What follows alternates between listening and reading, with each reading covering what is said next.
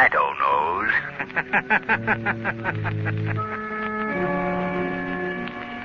Your local blue coal dealer presents The Shadow. These half-hour dramatizations are designed to forcibly demonstrate to old and young alike that crime does not pay. Before we present the first act of today's Shadow story, a brief reminder to you homeowners. You all know what an unpredictable month March is. The weather's blustery, bitter cold one day and mild the next. And I don't have to remind you how very dangerous those extremes of temperature are to the health of everyone in your family. Now, if you want to ensure steady, comfortable warmth inside your home and help prevent late winter colds and illness, here's what you do. Call your nearest blue coal dealer. Get a supply of blue coal, the quality-tested hard coal that guarantees you steadier, more healthful heating performance and satisfaction. Don't gamble with just any ordinary coal. Insist on blue coal. Ask for it by name. It's the coal that's trademarked blue, so you can identify it at a glance. It's the coal that will give you better heat with less furnace attention. As our story opens, we find Lamont Cranston with his friend Margo Lane in his apartment, busily turning the dials of a shortwave radio receiver.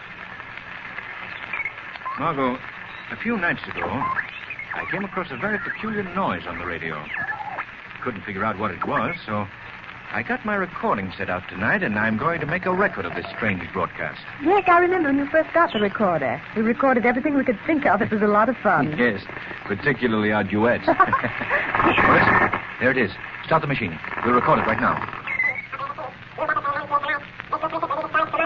The oddest thing I've ever heard. It doesn't make any sense. I can't make head or tail out of it. It doesn't sound like a human voice, and yet it's...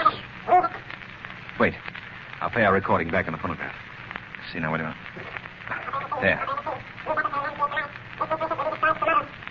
Can you make it play slower? We might be able to analyze it better. Oh, yes, I'll slow it down. We cannot bring it down on land at any Margo, cost. it's a man's voice.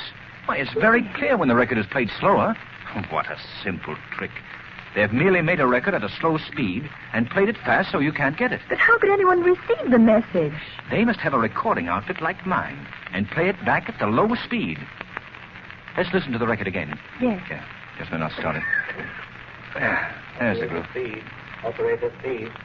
New battle plane lands here tonight. This mystery ship will be destroyed tomorrow. Margo. We will fly this plane to the Gordon Lightship and then 10 miles due south. Gordon We Lightship? will cruise to that point in our boat and pick us up. This plane will be destroyed at sea. What do you suppose? We cannot bring it down on land at any cost. It will never be recovered. What? We have the only existing set of plans, and the designer is dead. Operator one in command. Do you know what that means, Margo? No, I don't know. A new army plane is due tomorrow or next day at the aerodrome. It's one of the most revolutionary inventions in the history of military aviation. Only one of these planes has been built. And not one of the men who worked on its construction was permitted to know all its secrets. And its designer is dead. Oh, I see. With this plane in the hands of an invading power, this country would be wiped out before our defenses could be mobilized. Well, tell me about it. What kind of plane is it? The plane is revolutionary in design, Margo. It's equipped with a very intricate shortwave radio control outfit. By means of this shortwave, one of the planes can control up to 50 flying bombs. Flying bombs? That's precisely what they are. Unpiloted miniature airplanes. They're extremely fast, can be directed by the mothership at any target, from a speedy bombing plane to an army tank or battleship. As far as I know, they've only built 3 or 4 of the flying bombs. We have so little to work on. What can we do? We've got to find the shortwave station that broadcasts that record. But how can we ever find it? You know, Margo, the closer you get to a broadcasting station, the louder the program comes in. Yes, naturally. In my car, I have a simple device with a needle and dial that shows accurately when you're getting near a radio transmitter. With the aid of that device, Margo, we're sure to find that station.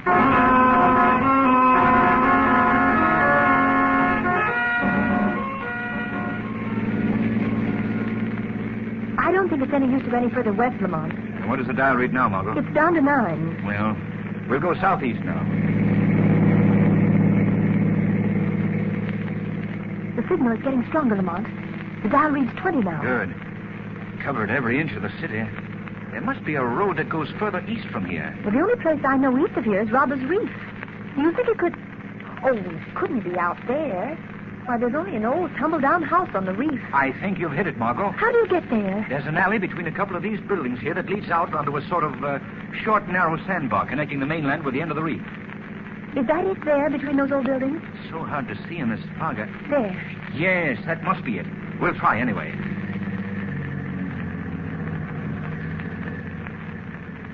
It's the gloomiest place I've ever seen. Lamont, look. The dial reads 30. Good. We're headed right.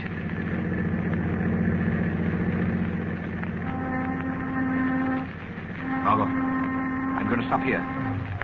Now, you stay in the car. Keep the doors locked till I come out of the house. Please don't go in there, Lamont. I won't, Margot. But I think the shadow will pay a call.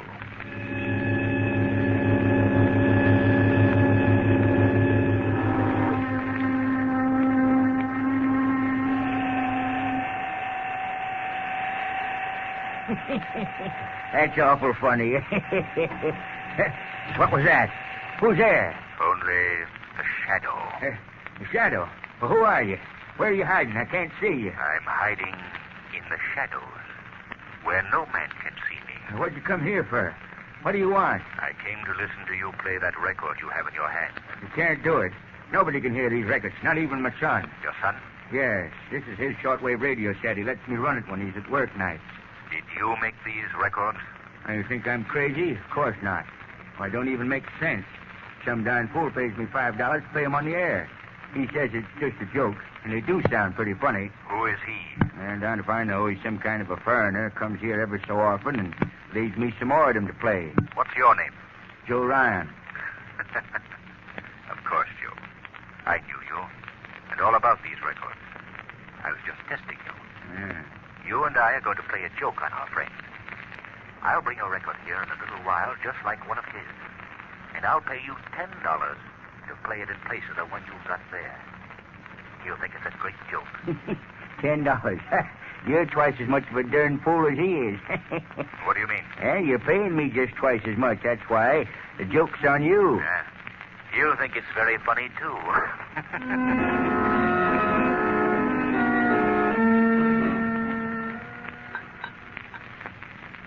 Well, here's to you, Corbin. I guess our work's about done. Tomorrow the Army's new plane will disappear, and so will we. Yes, Balla. You'll be all finished up. It's been a pleasure working with you. Perhaps your methods are a bit ruthless, but they produce results. Shall we listen into your last shortwave broadcast and record it, just as a souvenir? No, it's time for it now. Well, all right, tune it in. Such a simple idea, but high-speed recording. No one in the world can understand that. Wait a minute. Listen, there's something wrong with that message. It's a good thing we are recording it. I think it's your imagination, Balla. It sounds like all the rest of your records. I know what my voice sounds like even at high speed. Now, play the recording back at the slow speed. Mm-hmm. Listen. Operator 1. Operator 1. Your plan to steal the new Army bomber. Sounds very strange. If you do not want this plan revealed, come at once to Joe Ryan's shack on Robbers Reef. If you want your secret to remain a secret, come immediately, for I have things of grave importance to discuss with you. I'll be waiting for you, Operator 1. This is the Shadow. Shadow? I've heard of him. He's dangerous. Perhaps we should leave tonight, Balla. You have the only plans and the designer's dead. Let's leave at once. Fool, we have yet to destroy the plane. Besides, Corbin, the Shadow knows too much. Balla will teach him a lesson he has long needed. Balla will teach him not to meddle with affairs of importance. Let's go at once.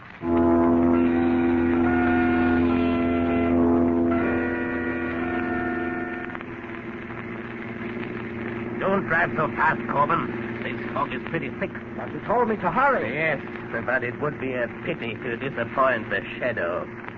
Put out your headlights, Corbin. We turn on to Robbers Reef here. All right.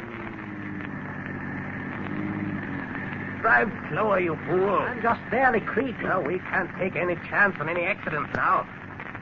Look, what's that? right ahead of us. It's a car with no lights. Car with no lights. Coming in from Robbers Reef. It must be the shadow. Quick, Corbin. Steer out of its way. I can't without going into the bay. Going to hit us. Look out!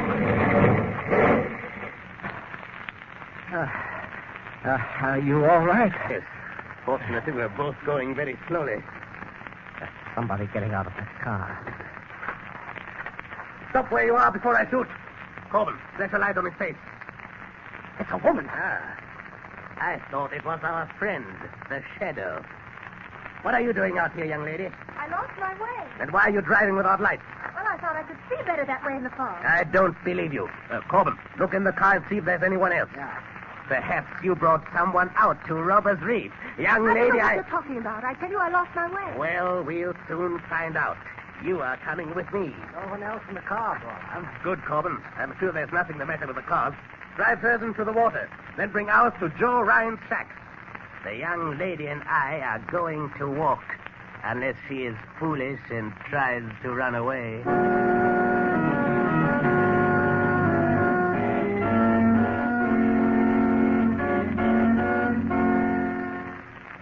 The Shadow's adventure continues in just a moment. You know, friends, it's true that nothing succeeds like success. In fact, nothing proves the merit of a product or the claims made for it as conclusively as its sales records. And the fact that Blue Coal ranks first in nationwide volume of sales is proof that it is a better anthracite. Countless thousands of you homeowners here and in communities the nation over have made that record possible. You've tried Blue Coal. You've compared it with other fuels. And you've kept Blue Coal's top-ranking position unchallenged throughout the year. Now there's a real treat ahead for you homeowners who haven't yet tried Blue Coal. There's the satisfaction of knowing you're getting the most in heating comfort that money can buy when you order Blue Coal by name. For the harmless blue coloring which identifies Blue Coal also guarantees you far better quality, far better all-around performance. Just try Blue Coal. Compare it with the coal you're burning at present. You'll see why Blue Coal is America's largest selling anthracite. You'll join those thousands of satisfied homeowners everywhere who know there's no substitute for Blue Coal for better heat with less furnace attention. So call your nearest Blue Coal dealer. His name is listed in the Where to Buy It section of your classified phone directory under the words Blue Coal.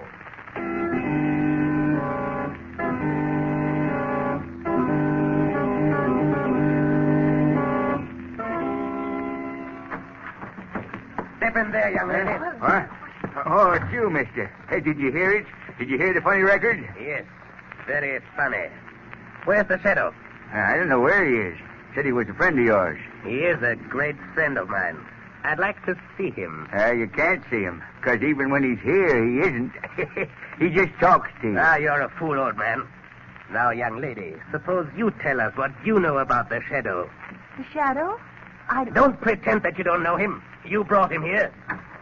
All right, you, Corbin. Yes, Bob. Take that piece of rope and tie the old man up. Hey, what for? I ain't done nothing. I just did what you told me to. Honest, I did. Shut up. Tie him well. No, you don't, young lady. Stay away from that door. Here, Corbin. Give me a hand. The young lady doesn't want to stay here. Tie her up, too. That's it. Tie her to this chair. Fine. Now we will see. What hit me? Paula, did you do that? You may thank the shadow, Corbin. The shadow. I can't see you. Where are you? You hear where my voice comes from, don't you? That's all I wanted to hear. I guess the last laugh belongs to Balla. It was too easy. Come, Corbin. We must get to the aerodrome. We have work to do. Come, Corbin. Hurry.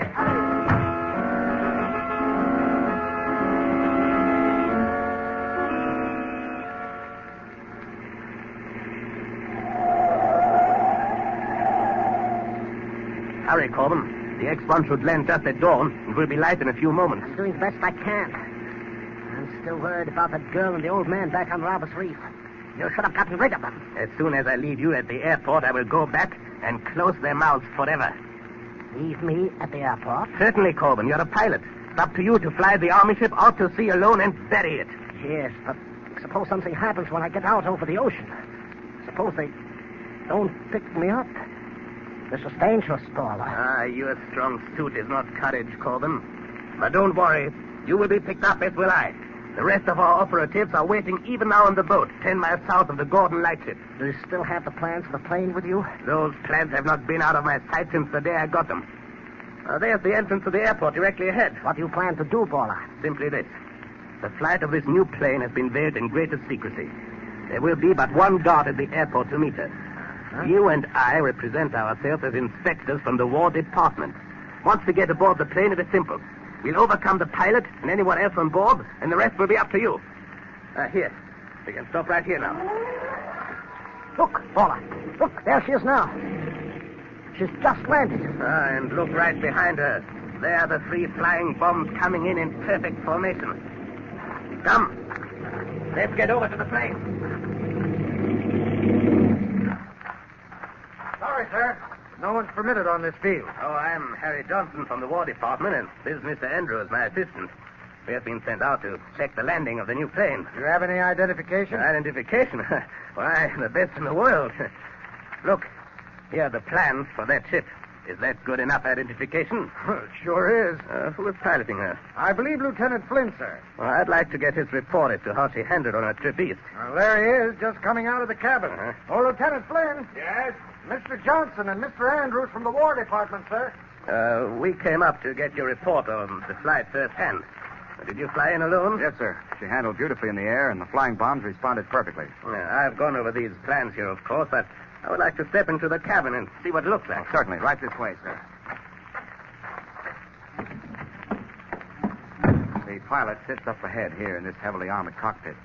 Now, by closing this metal door, he can be shut off completely from the rest of the ship. What is the purpose of that, Lieutenant? It's just an added arm of protection for the pilot and the shortwave mechanism that controls the flying bombs. But, Lieutenant, can the pilot communicate with anyone in the other part of the ship when the door is closed? Yes.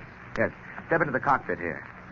Now, you see this microphone? Yes. That's connected with a loudspeaker installed in the rear of the ship so that the pilot constantly can be in contact with the rest of the crew, even if the armored door is shut. Where's the equipment for the control of the flying bombs? That's right here, sir. Uh-huh. See this dial with numbers up to 50? You just set the indicator at any one of the numbers, and that throws the flying bomb of that particular number in line with the corresponding controls so that it can be manipulated separately. And these 3 dials here control speed, direction, and altitude. It's perfectly simple. Is there anything more I can show you, sir? No. You have been a great help, Lieutenant. What is that switch in back of us? What? Oh, this? Well, that's the... All right, Corbin, take off immediately. As soon as you get in motion, I'll push the pilot out and jump out myself and tell the guard that you are running away with the ship. There. There he goes. Now, hurry, Corbin. Take her off. Good luck, Corbin. I'm going to jump now. Help! Stop! Help! Stop!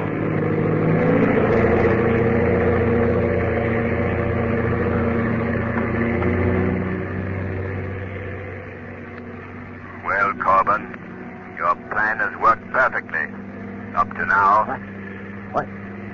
Who said that? The Shadow. But how did you get here? I came with you in the car from Ryan's shack on Robbers Reef. You cannot escape from the Shadow. But Paula killed you. No. He only shot at my voice. Where are you now? I am in the shadows of a cabin in back of you, but I can see you well enough to shoot you if you don't bring this plane down immediately. No, don't shoot. I'll bring it down. Only don't shoot. Open the door. Open that door, I tell you. Well, Mr. Shadow, you can shoot your heart's content. Perhaps you heard Lieutenant Flynn say that the pilot's cockpit is well armored. Corbett, bring this plane down. I'll bring it down all right. The 3 flying bombs in the ocean 10 miles south of the Gordon Lightship. But when the plane lands, you will land in it alone. For I will leave it by parachute before it goes into its last power dive. What do you think of that, Mr. Shadow? Why don't you speak? Shadow, can't you hear me? I hear you all right, Corbin. And thanks for the suggestion about a parachute. It was nice of you. I'm going to leave you, Corbin, but not for long. I'll chase you to the ends of the earth. You'll never get away. Goodbye, Corbin.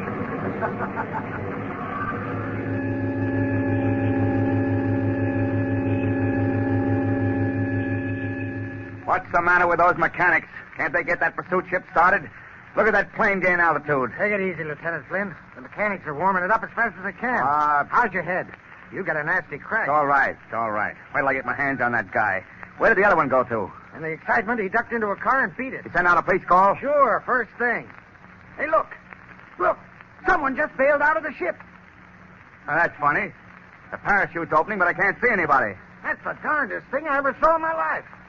Look, the number 1 flying bomb is diving for the parachute. Will it explode if it hits the parachute? Once the firing mechanism is released, it'll go off if it hits anything. Oh, my Lord. It just missed the parachute. And it's diving. It's diving straight towards us. It's out of control. But it's right out of the ground.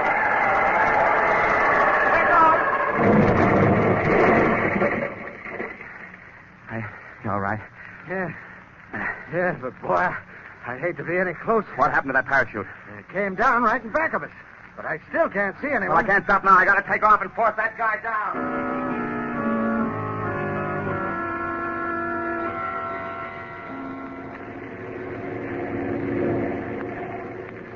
Lieutenant Flynn. Huh? I'm hearing things. Boy, must have gotten a worse smack on the head than I thought. No, it's not your imagination, Lieutenant. You're hearing the voice of the shadow. The shadow? Well, who are you? Where are you? How did you get here? I'm in the cockpit right behind you. And we have no time for explanations. Lieutenant, you and I have caught up with a gang of international spies. Oh, so that's their game. Well, how do you know this? I've been with them all night, followed their every move. Perhaps you saw me bail out of the stolen plane. Yeah, and you nearly got blown to Kingdom Come by that flying bomb. Too close for comfort. What is your first move, Lieutenant? Well, I'm going to fly close to the stolen plane and call by radio. And if that crook won't listen to reason, I'll force him down. Good. You're almost close enough now. Yeah. He sees it.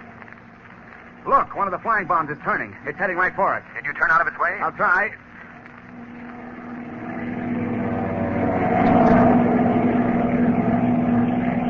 Those things are too fast. They can turn on a dime. Look at that thing fly. Your only chance is to shoot it down. Can you hit it? I've got to. Good shooting, Lieutenant. My lord. Look, that madman has released the one remaining bomb. Yes. He's right behind us. Our only chance is to put this plane into a power dive. Here goes.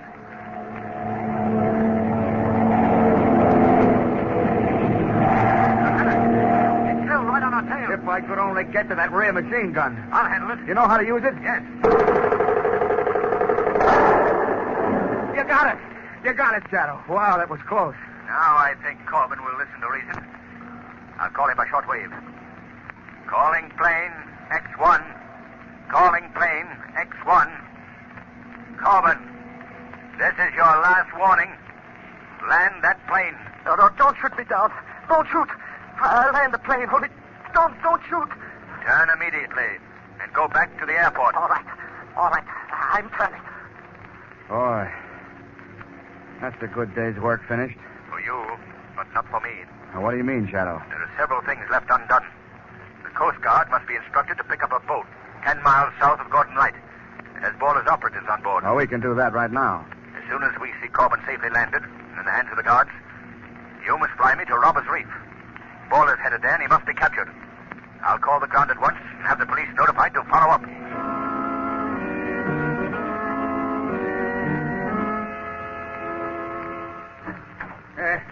Who's there? Paula, what do you want? What are you doing here? Well, I'm glad to see my little birds have not flown. And now, young lady, there are a few questions I would like to ask you. Can't you loosen these ropes a little? They're cutting my arms. In a few minutes, they won't hurt your arms anymore. Nothing will hurt you anymore. Was that a boat or did a plane land here? A plane? You couldn't land a plane on Robbers Reef.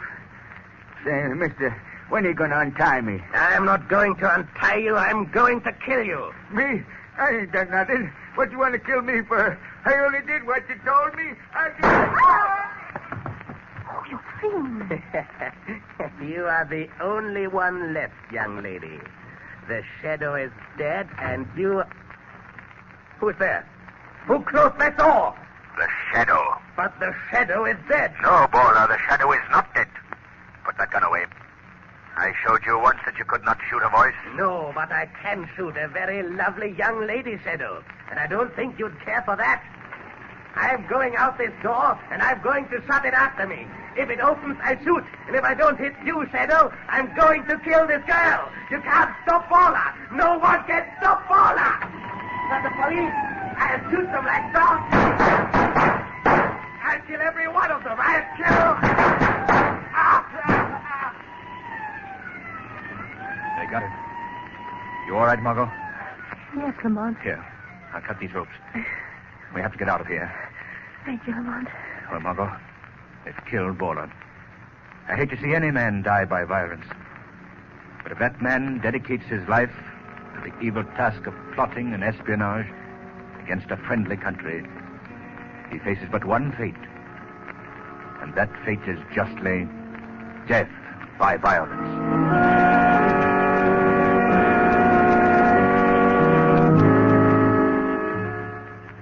And now here's John Barclay, Blue Coal's heating expert. Thank you, Ken Roberts, and good afternoon, everyone. I think it's a fact that of all things a man owns and operates, he knows less about his furnace than anything else. Now, the weather this time of year, as Ken Roberts said earlier in the program, is particularly treacherous. You've got to pay strict attention to the control of your fire and your furnace dampers to keep the house from becoming chilled off or suddenly overheated as the temperature falls and rises outside. So if you have any question in your mind about damper control, or if you want to be sure you're operating your furnace in the most efficient and most economical manner, here's what I suggest you do. Call your nearest Blue Coal dealer. Ask him to send a John Barclay serviceman to check up on your furnace. John Barclay men are trained heating experts. They can show you how to get the best possible heating results. And there's absolutely no charge or obligation of any sort for their advice. Always feel free to call on your Blue Coal dealer. I thank you. Today's program is based on a story copyrighted by the Shadow magazine. All the characters and all the places named are fictitious. Any similarity to persons living or dead is purely coincidental. The Shadow magazine is now on sale at your local newsstand.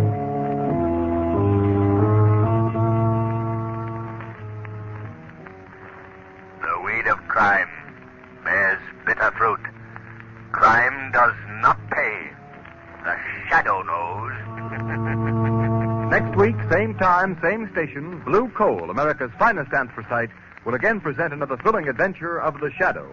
Be sure to listen, and be sure to burn Blue Coal, the solid fuel for solid comfort.